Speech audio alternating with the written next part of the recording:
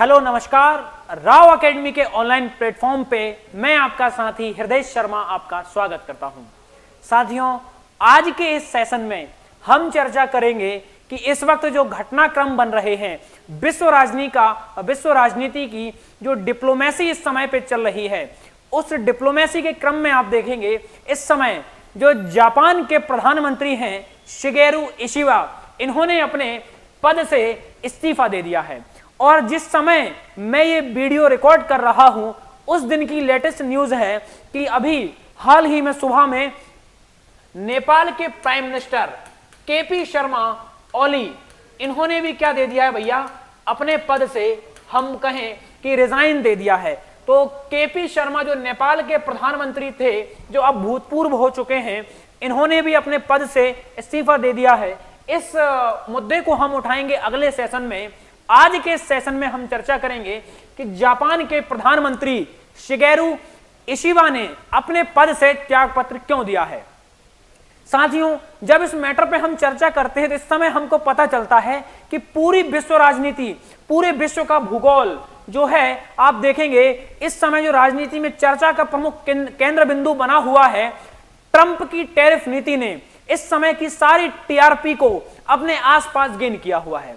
आप जानते हैं अब तक की परिस्थितियों में हमने देखा है जैसे अमेरिका का एक प्रमुख साझेदार मध्य एशिया में इजराइल हुआ करता है, वैसे ही एशिया के भाग में, पूर्वी एशिया में आप देखेंगे अमेरिका का एक प्रमुख साझेदार के रूप में जापान जाना जाता था।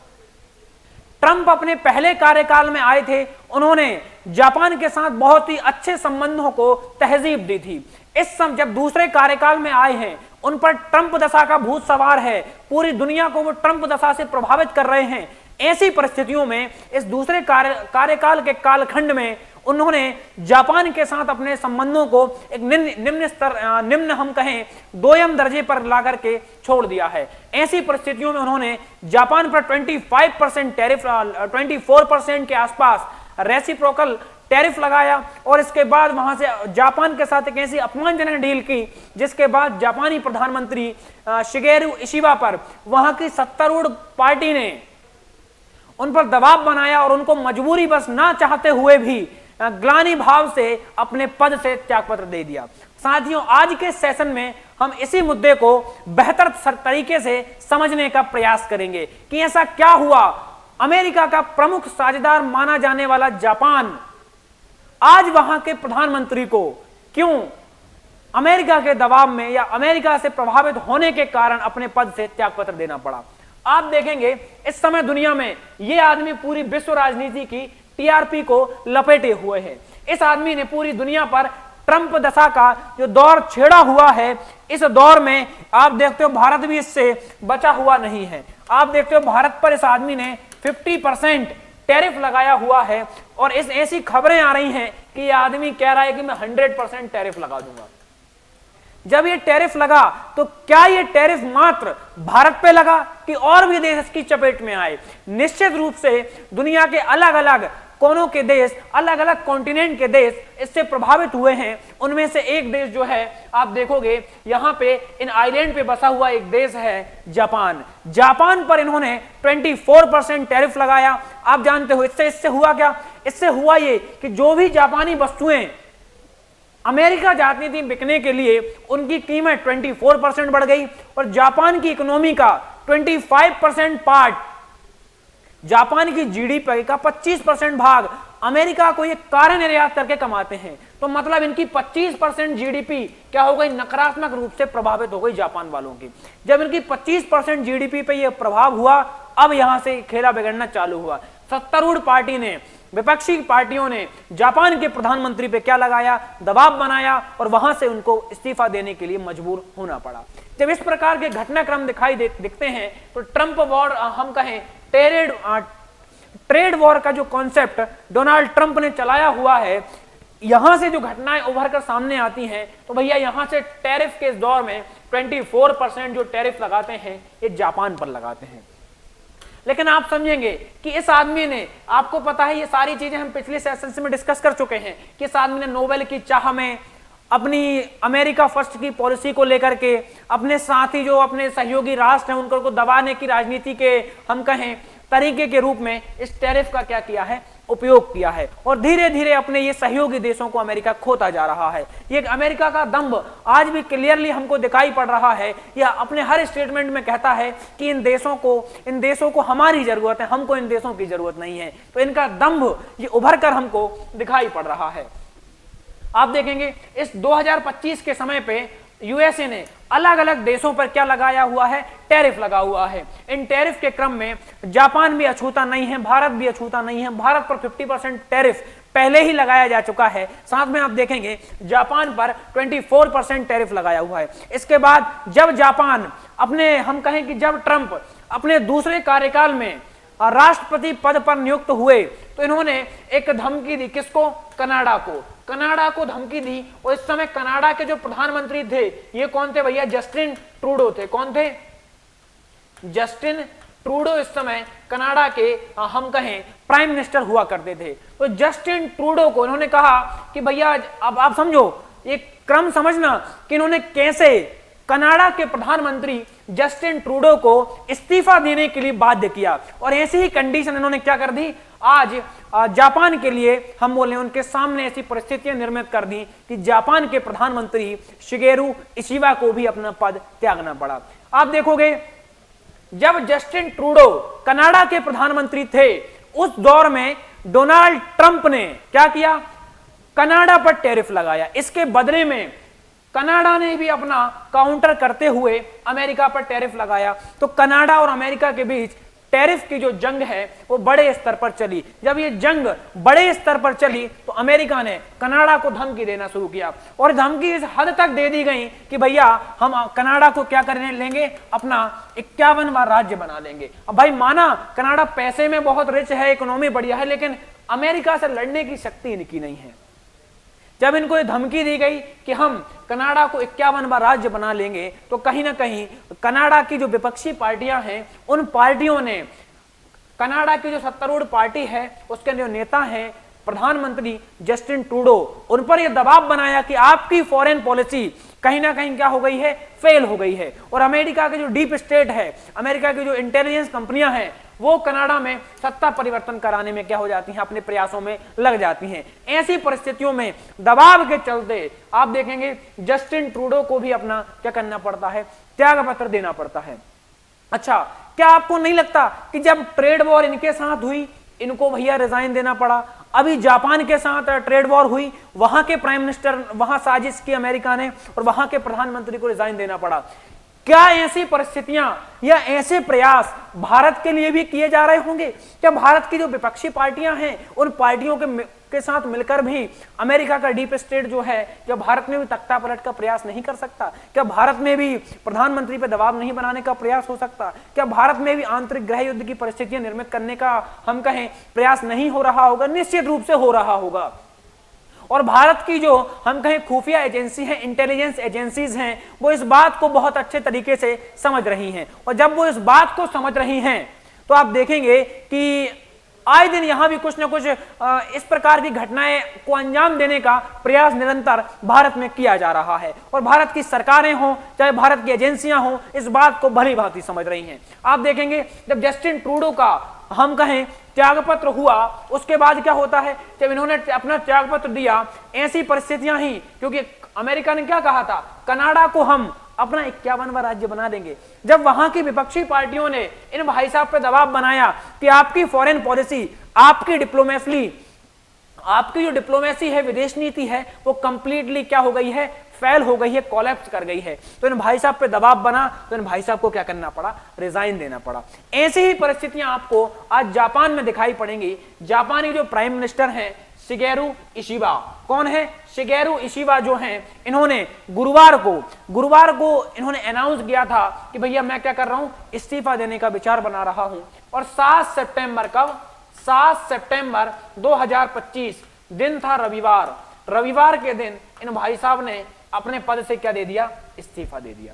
जब इन्होंने अपने पद से इस्तीफा दिया है तो अब क्या हुआ, जब इन्होंने अपने पद से इस्तीफा दिया, त्यागपत्र दिया, अब क्या हुआ, जब इन्होंने अपने पद से त्यागपत्र दिया तो अब ऐसे कयास लगाए जा रहे हैं कि भारत में भी क्या तख्ता पलट की, सत्ता बदलने की प्रक्रिया, साजिश चल रही है क्या? कि इनके कारण देखें, हमारे कारण देखें, क्या आप देखो, जस्टिन ट्रूडो का अमेरिका के साथ टैरिफ वॉर नहीं हुआ था? क्या हुआ था?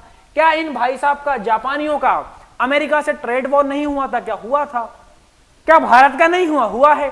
इन दोनों का सत्ता हम कहें तख्ता पलट हो चुका है, दोनों प्राइम मिनिस्टर रिजाइन कर चुके हैं। क्या भारत में भी सरकार तो बैसाखी की है, भारत में भी सरकार तो गठबंधन की है, क्या पूर्ण बहुमत की सरकार है? नहीं है। तो क्या भारत में भी अगला नंबर है? क्या भारत के प्रधानमंत्री को भी रिजाइन करना पड़ेगा? यही सवाल मुख्य तौर पे उठ के आता है। पहले हम देखते हैं कि इन भाई साहब को रिजाइन क्यों करना पड़ा। दूसरा हम देखेंगे कि जब इन भाई साहब को रिजाइन करना पड़ा तो अमेरिका के प्रारंभ से लेकर के इनके साथ अब तक कैसे संबंध रहे हैं, अपन देखने का इसको प्रयास करते हैं। अच्छा, इन्होंने कहते हैं बड़े ही दुखी मन से, बड़ा ही भावुक ट्वीट करते हुए अपने पद से क्या दे दिया? त्याग पत्र दे दिया। अच्छा, आपको यह पता होगा कि ये भारत की डिप्लोमेसी की भी अभी क्या मानी जा रही है? बड़ी बुरी तरीके से हार मानी जा रही है। अच्छा, भारत की डिप्लोमेसी की हार कैसे? आपको पता है कि अभी अपने जो प्रधानमंत्री हैं, यशस्वी प्रधानमंत्री श्री नरेंद्र मोदी जी, ये कहा, मैंने अभी आपको ये सेशन कवर कर चुका हूं मैं, 31 अगस्त से 1 सितंबर के बीच में, है ना, आपको पता है एससीओ का समिट हुआ था। कहां पे? चाइना में एससीओ का समिट हुआ था। एससीओ के समिट से पहले जो हमारे प्रधानमंत्री थे मोदी जी, ये जापान की यात्रा पे गए थे। कहां गए थे? जापान की यात्रा पे गए थे और इनकी कहते हैं बड़ी ही सफल यात्रा रही। इस यात्रा में जापानी प्रधानमंत्री या भारत के प्रधानमंत्री बहुत जोरों शोरों से इनका स्वागत होता है और बड़े जोरों शोरों से इस बात की अनाउंसमेंट होती है कि आने वाले 10 वर्षों में, ध्यान से समझना, भी ये आंकड़े आपको काम आएंगे, आने वाले 10 वर्षों में जो जापानी गवर्नमेंट है, आने वाले 10 वर्षों में जापानी जो सरकार है, जापानी गवर्नमेंट है, भारत में कितना? 50 बिलियन डॉलर का, कितना करेगी? 50 बिलियन यूएस डॉलर का भारत में क्या करेगी भैया? निवेश करेगी। कितना निवेश करेगी? 50 बिलियन डॉलर का निवेश करेगी। कौन? जापानी गवर्नमेंट। ये इशिबा ने, जो शिगेरू इशिबा साहब हैं, इन्होंने भारत में निवेश के लिए ये क्या बोला है? हम बोले भारत के साथ प्रॉमिस किया है कि हम अगले 10 वर्षों में ये व्यवस्था करेंगे।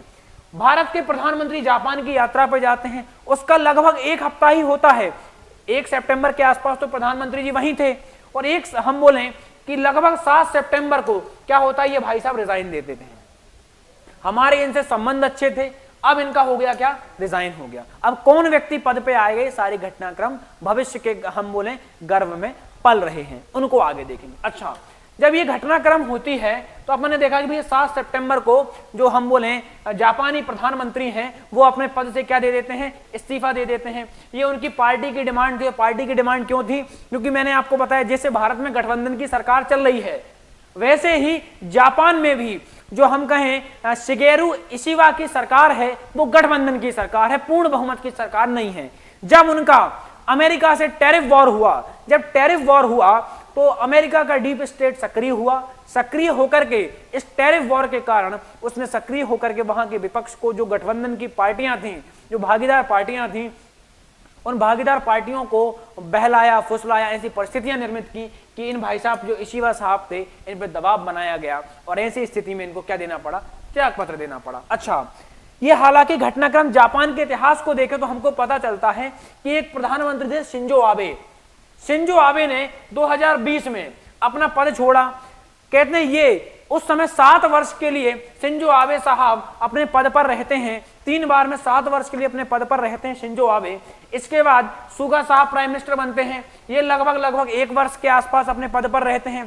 फिर आप देखेंगे किशिदा फोमियो अपने पद पर आते हैं और लगभग 1 महीने का कार्यकाल क्या पूरा करते हैं। दूसरी बार में आएंगे तो दूसरी बार में फिर लगभग 3 वर्ष का कार्यकाल पूरा करेंगे। मतलब कोई भी प्रधानमंत्री शिंजो आबे के बाद अपना पद पूरा नहीं कर पाया। मतलब सरकारों की अस्थिरता जापान में क्या है? जारी है।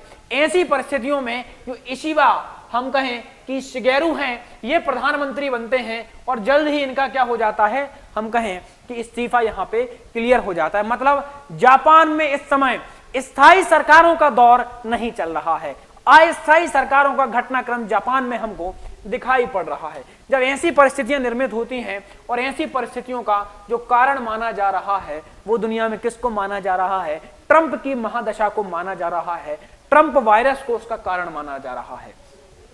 आगे बढ़ते हैं तो हमको पता चलता है, क्या पता चलता है कि ट्रंप की महादशा से, अच्छा ये हम पहले भी देख चुके हैं कि अमेरिका के जापान के साथ संबंध कैसे रहे हैं। आपको पता है कि 1945 में वर्ल्ड वॉर चल रहा था, जापान ने मतलब तबाही मचाई हुई थी उस वर्ल्ड वॉर में। कहते हैं कि दुनिया के एक धड़े को प्रभावित करने की क्षमता जो थी जापान में थी, जिस तरफ वो खड़ा हो जाता था उस तरफ का हम कहें ग्लोबल ऑर्डर, हम कहें उस पूरी दुनिया उसके आसपास केंद्रित हो जाती थी। इतना शक्तिशाली जापान हुआ। आज ऐसी कैसी परिस्थितियां निर्मित हो गई कि अमेरिका ने जापान में तख्ता पलट करवा दिया। जब इतने शक्तिशाली थे तो क्यों करवा पाए तख्ता पलट? इसके लिए हमें थोड़े से इतिहास में जाना पड़ता है। आपको पता है 1945 में वर्ल्ड वॉर चल रहा था। 6 अगस्त और 9 अगस्त को अमेरिका, हम कहें 2 परमाणु बम, लिटिल बॉय और फैट बॉय के नाम से आपको पता है, जापान के 2 शहर, कौन से 2 शहर? नागासाकी और हिरोशिमा। नागासाकी और हिरोशिमा, इन दोनों शहरों पे परमाणु बम से क्या करता है? हमला करता है और जापान के दोनों शहर क्या हो जाते हैं? पूरी तरीके से समाप्त हो जाते हैं। यहां से जापान दुनिया में निशस्त्रीकरण का, हम कहें क्या करता है, एक आंदोलन चलाता है कि भैया अब हमें सेना ही नहीं रखनी। इतना हमारा, हम कहें नुकसान हो चुका है इस परमाणु हमले में कि हमें अब सेना ही नहीं रखनी। पूरी तरीके से निशस्त्रीकरण के दौर पे, हम कहें रास्ते पे हम चलेंगे। तो अमेरिका ने इनसे कहा कि भैया सेना नहीं रखोगे तो बोले फिर क्या? तो उन्होंने कहा कि अगर कोई व्यक्ति, जापानियों ने कहा कि अगर कोई व्यक्ति हमारी सिक्योरिटी की जिम्मेदारी ले ले तो हम सेना ही नहीं रखेंगे। हम केवल अपने जो आपने नुकसान किया है उस इकोनॉमिक डेवलपमेंट को हम अपना क्या करेंगे? फोकस बनाएंगे। तो आप समझ रहे हो, जापानियों का हृदय परिवर्तन हो गया। बहुत पुराना हृदय परिवर्तन नहीं है, अभी 70-75 साल हुए इनके हृदय परिवर्तन को हुए, है ना। तो जापानियों ने यहां से अब अमेरिका के साथ 1951 में एक संधि कर ली, जिसके माध्यम से जापान की पूरी सिक्योरिटी की जिम्मेदारी किसके ऊपर आ गई? अमेरिका के ऊपर आ गई। क्योंकि जब इनके ऊपर इन्होंने अपने पूरे हथियार नष्ट कर दिए, सेना रखना बंद कर दी, सर समझ लो, जब सेना ही रखना बंद कर दी, केवल इकोनॉमिक डेवलपमेंट पे फोकस किया। अब इकोनॉमी तो इनकी आप देखोगे भारत के बाद 4थी सबसे बड़ी इकोनॉमी इनकी है, लेकिन इकोनॉमी है तो आज भी इनके पास अमेरिका को आंख दिखाने की शक्ति नहीं। कहते हैं ना, आपने सुना होगा कि क्षमा सोवती उस भुजंग को जो विषधर हो गरल हो, जिसके पास गरल हो वो क्या जो दंतहीन सरल हो। कि भैया क्षमा उस भुजंग को शोभेगी ना जो हम कहें विषधर हो, जिसके पास क्या हो? अपना जहर हो। अब जापानियों ने अपना जहर तो पहले ही निकाल दिया है ना, इनको दे दिया है पूरा जहर निकाल के, तो अब क्या कर लो, क्या आंखें दिखा पाओगे? आज भारत अमेरिका से इसलिए टकरा जाता है कि हमारे पास न्यूक्लियर बम है, हम निपट लेंगे भैया, कुछ करोगे तुम, कुछ करोगे तो बर्बाद तो तुम्हें भी कर देंगे, इतना तो क्लियर है। तो कुल मिला के हम कहें किनकी संधि हुई है, ये मैं आपको बता चुका हूं कि नागासाकी और हिरोशिमा पे न्यूक्लियर अटैक किया। इस अटैक के बाद जापान पूरी तरीके से तबाह हो गया और जापान ने यहां से युद्ध का मार्ग त्याग दे दिया, है ना। लेकिन उसकी जापान की सुरक्षा, इसकी जिम्मेदारी अमेरिका ने ले ली है और 1951 में इनके बीच में क्या हुई है? एक संधि हुई है। 1951 में इनके बीच संधि हुई है। इस संधि के माध्यम से जापान पूरी तरीके से क्या आ गया? शांति के मार्ग पे आ गया। और जब जापान शांति के मार्ग पे आया तो अब क्या, यहां से क्या होता है? इन्होंने अपने पूरे हथियार जो एटॉमिक ये बना रहे थे वो सारी चीजें नष्ट कर दी, अपनी जो सेना थी उसको भंग कर दिया। इनके पास कोई सेना नहीं, अमेरिका इनकी जिम्मेदारी लेता है। आप देखो, एक छोटी सी कंट्री है, आप देखोगे कौन सा? North Korea. नॉर्थ कोरिया, कहते हैं नॉर्थ कोरिया जो है ना, जापानियों को आए दिन डराता है, उसके पास न्यूक्लियर है कि फोड़ दूंगा, मार दूंगा, फोड़ दूंगा, ये करूंगा, डेली डराता है जापानियों को। अब जापानी क्या कर सकती है? उठ के किसके पास जाते हैं? अमेरिका के पास, कि भैया यार वो कह रहा है मार देंगे, फोड़ देंगे, बम फोड़ देंगे, न्यूक्लियर। समझ रहे हो, जापान एक ऐसे 2-3 आइलैंड पे बना हुआ है। इसके इस तरफ क्या है भैया? हम कहें नॉर्थ कोरिया है। नॉर्थ कोरिया आए दिन इनके आइलैंड के इस पार मिसाइलें गिराता है कि बोले तुम्हें उस पार तक मार सकते हैं हम। तो ये सदमे में रहते हैं जापानी हमेशा। ये क्या करें, क्या ऑप्शन इनके पास? उठ के अमेरिका के पास जाते हैं कि यार वो कह रहा है फोड़ दूंगा, मार दूंगा, ये कर दूंगा, न्यूक्लियर फेंक दूंगा। तो अमेरिका कहता है टेंशन मत लो, हम हैं। समझ रहे हो? आपको एक समय दुनिया की महाशक्ति अमेरिका के सामने गिड़गिड़ा रही है कि सर हम हैं, कोई दिक्कत नहीं। अमेरिका कहता है हम हैं, कुछ नहीं करेगा ये। अरे भैया बोले वो मिसाइल ने हमारे पार निकाल दे रहा है, तुम हो, तुम क्या करोगे? तो आज इनके पास इतनी शक्ति नहीं है कि नॉर्थ कोरिया से निपट सकें। एक समय पे सुपर पावर थे, जब इनके पास शक्ति नहीं है, ये दंतहीन हो चुके हैं, तो अब अमेरिका भी इस बात का फायदा उठा रहा है। और इसी क्रम में इन पे क्या लगाया जाता है भैया, जापान पर 25% क्या लगाया जाता है, रेसिप्रोकल टैरिफ लगाया जाता है। 24%। इस समय भारत पे क्या लगाया, 26% टैरिफ था, इन पे 24% टैरिफ था। भारत पे 24% अतिरिक्त टैरिफ और लगाया तो भारत पे 50% हो गया, हुआ। इन पे 24% टैरिफ। और मैंने अभी आपको बताया था कि जो जापान है, जापान की जीडीपी का 25%, क्योंकि जापान दुनिया में कार बनाने के लिए मशहूर। आप देखोगे टोयोटा, हुंडई, ये फेमस कारें जापानियों की हैं। तो अपनी जीडीपी का 25% भाग यूएस में, कहां पे, यूएस में कार सेल करके ये आदमी कमाता है। जापान की 25% जीडीपी अमेरिका को एक्सपोर्ट करने से आती है। अब अमेरिका ने इन पे क्या लगा दिया, 24%, 24% लगा दिया टैरिफ। तो अमेरिका में इन कारों की कीमत 24% बढ़ेगी कि नहीं बढ़ेगी, बढ़ेगी। तो सेल कम होगी कि नहीं होगी, भाई जो बिक्री है अमेरिका में जापानी कारों की वो कम होगी कि नहीं होगी, होगी। तो इनकी 25% इकोनॉमी पे क्या किया है, इन्होंने क्या लगा दिया भैया कि 25% इकोनॉमी को नेगेटिव रूप से इंपैक्ट कर दिया। जब नेगेटिव रूप से इनकी 25% इकोनॉमी को इंपैक्ट किया, अब क्या हो रहा है, अब इन्होंने अलग अलग प्रकार से हाथ पैर मारे। ये चाइना के पास गए कि भैया देख लो यार ये बहुत परेशान कर रहे हैं, अपन मिलके कुछ करते हैं ऐसा। भारत के साथ भी समझौता करने का प्रयास किया, रशिया के साथ भी किया, हालांकि अब ये धीरे धीरे प्रयास किए।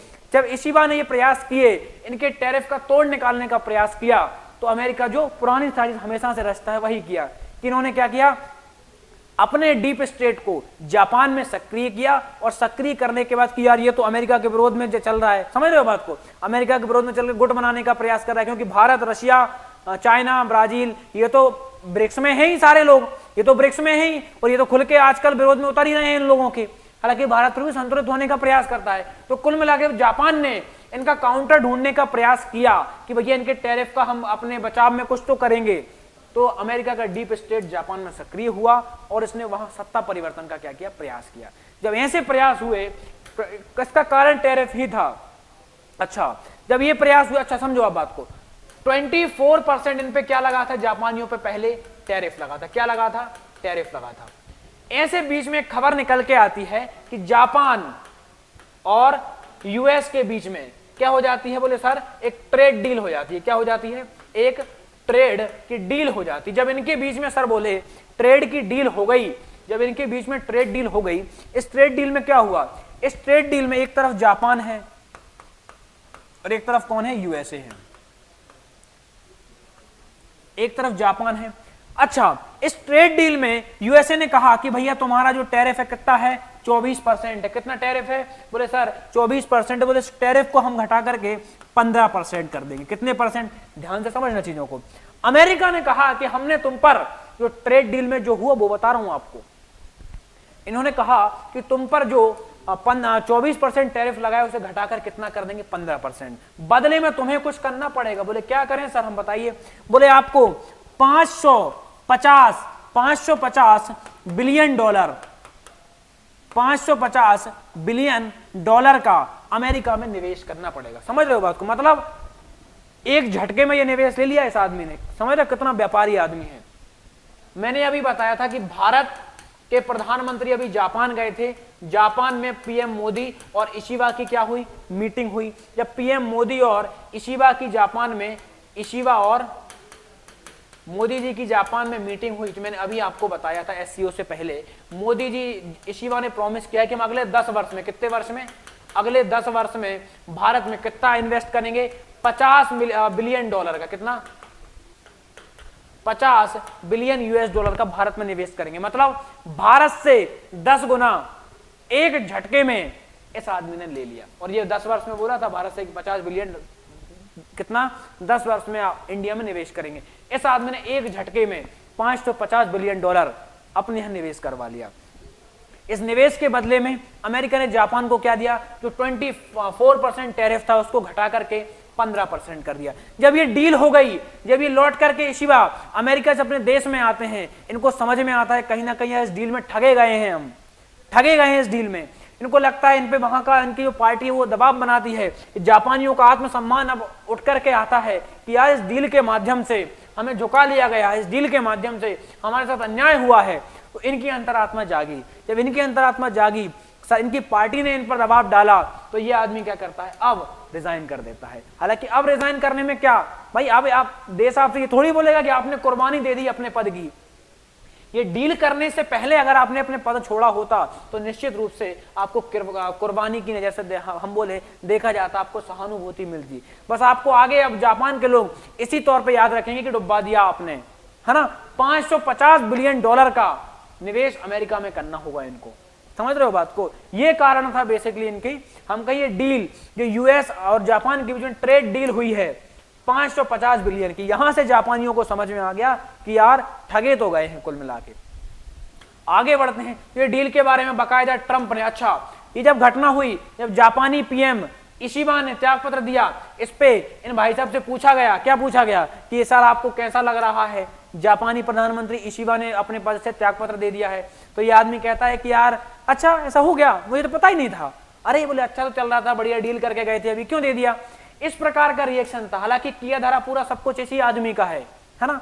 आगे बढ़ते हैं, तो कुल मिला के इसने भी अनाउंस किया बाकायदा अपने ट्विटर हैंडल पे कि जापान अमेरिका में 550 बिलियन डॉलर का क्या करेगा, निवेश करेगा। यहीं से जापानी प्रधानमंत्री पर क्या बनता है, दबाव बनता है, और जापान पर जो 24% टैरिफ लगा था उसको घटा करके 15% कर दिया जाता है। इस श्रृंखला में हम देखते हैं कि जो 15% पर इन दोनों का समझौता होता है, बदले में जापान का स्वाभिमान ले लिया जाता है, जापान की आर्थिक स्थिति की कहीं ना कहीं कुर्बानी हो जाती है। जापान का जो एक्सपोर्ट है वो कहीं ना कहीं बहुत बड़े स्तर पे हमको प्रभावित होता हुआ दिखाई पड़ता है। जब ऐसी घटना होती है तो हमने देखा गुरुवार को यहाँ पे ये डील हुई थी 15% टैरिफ के माध्यम से, तो यहाँ पे अगले दिन यानी गुरुवार को ये डील हुई, और गुरुवार को शाम को उन्होंने कहा था कि मैं रिजाइन देने का सोच रहा हूँ। और गुरुवार के बाद आप देखोगे संडे को 7 सितंबर को ये आदमी क्या करता है, रिजाइन कर देता है। जब ऐसी घटनाएं हो रही हैं, दिनों दिन नई नई सरकारें, नए नए हम बोले देशों में तख्ता पलट की घटना हो रही है। आप देखोगे कहीं ना कहीं अमेरिका ने बांग्लादेश में तख्ता पलट को प्रमोट किया था, अमेरिका ने कनाडा में तख्ता पलट करवाया था, अमेरिका ने जापान में रिजाइन दिलवा दिया। अभी हाल ही में जिस समय मैं ये वीडियो रिकॉर्ड कर रहा हूं उस समय यानी कल आप देखोगे नेपाल में क्या हो चुका है, वहां के प्रधानमंत्री केपी शर्मा ओली अपना देश छोड़ चुके हैं। समझ कैसी परिस्थितियां निर्मित हो रही हैं, उनको करवाने वाला मास्टरमाइंड एक ही व्यक्ति है, डोनाल्ड ट्रंप। तो क्या भारत में भी ऐसी परिस्थितियां निर्मित हो सकती हैं? इस समय आवश्यकता है भारत की जो जांच एजेंसियां हैं, भारत की सरकार है, भारत की खुफिया तंत्र है, उसको एक्टिव होने का, कि भैया क्या भारत में इस प्रकार की कोई साजिश हो रही है, क्या इस प्रकार भारत में कोई गृह युद्ध की हम बोले भूमिका बनाई जा रही है क्या। इस प्रकार से इन चीजों पे भारत सरकार उम्मीद करता हूं बेहतर तरीके से नजर बनाए हुए होगी। आप सबको क्या लगता है इस मुद्दे पर, अपनी राय कमेंट सेक्शन में जरूर दें। तब तक के लिए थैंक यू, धन्यवाद, जय हिंद।